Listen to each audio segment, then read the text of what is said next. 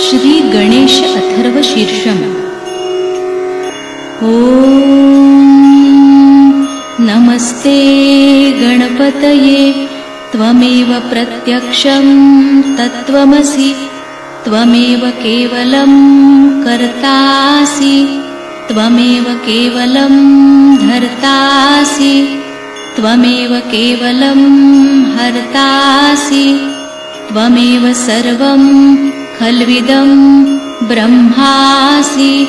त्वं साक्षादात्मासि नित्यं ऋतं वच्मि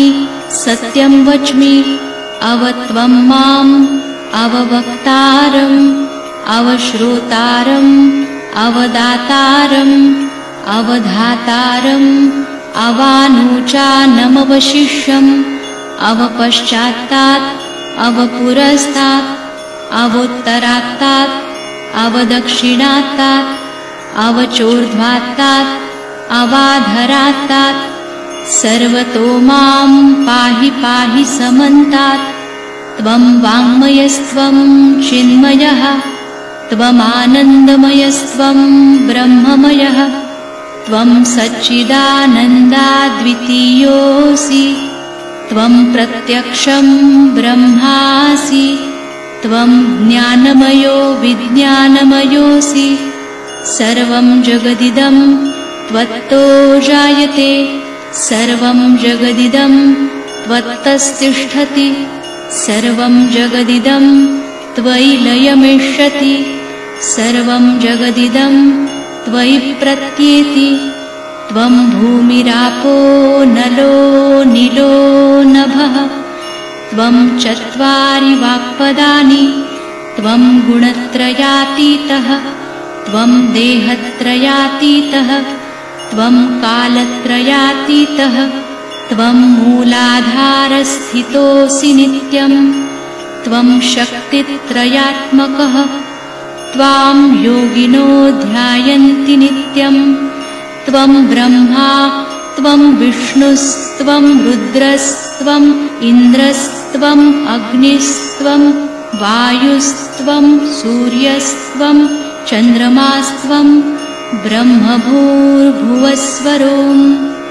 गणादिं पूर्वमुच्चार्य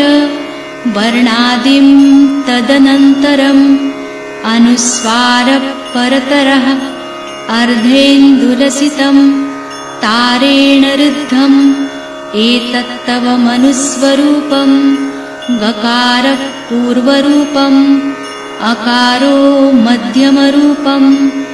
अनुस्वारश्चान्त्यरूपम् बिन्दुरुत्तररूपम् नादस्सन्धानं संहिता सन्धिः सैषा गणेशविद्या गणकऋषिः